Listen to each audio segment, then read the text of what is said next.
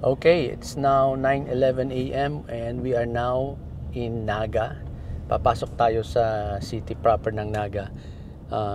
Dadaan lang ako sa brother ko. And by the way guys, hindi ko pa yata nababanggit sa inyo. Yung wipers pala nito, noisy. Yung first, I think on the second week nang kinuha ko to, biglang umulan. Tapos first time ko nagamit yung wipers. Nanginginig siya, gumaganon.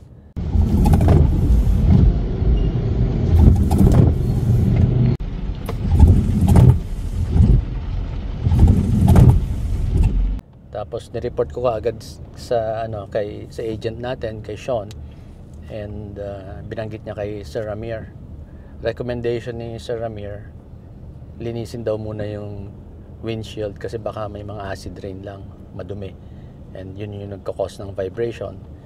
At pag hindi raw nakuha sa linis, papalitan nila ng bagong wipers. I agreed kasi alam ko pinapalitan talaga. Every time dumadating yung mga units, bagong units from China, siyempre di ba tina-travel yan by ship, exposed sa mga elements, and baka ang theory ko nandun pa lang sa China, sa stockyard nila, naula na nabibilad. So, sabi ko, I think linisin muna natin kasi pagdating naman dito, si BYD Greenfield, pinapalitan nila yung wiper ng brand new. So, parang very unlikely na yung wipers ang culprit. So, dinala ko nga sa BYD Greenfield and pinalinis ni Sir Ramir dun sa tauhan nila. May nilagay na acid rain remover, and then nilagay ng Glaco na polishing chemical. Ayan, pansin nyo, ayan, smooth na siya, wala nang vibration, hindi na maingay. Okay guys, so yung mga bagong owners ng Sea Lion 6, kapag nagba-vibrate yung wipers nyo, maingay, palinis nyo lang doon sa dealership. In 200 meters, turn left onto Fraternidad Street.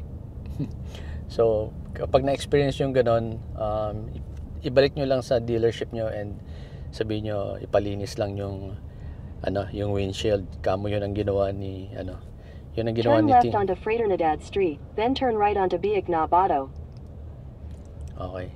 Sabihin nyo lang na kamo yun ang ginawa ni Greenfield, ni BYD Greenfield doon kay Team DTV.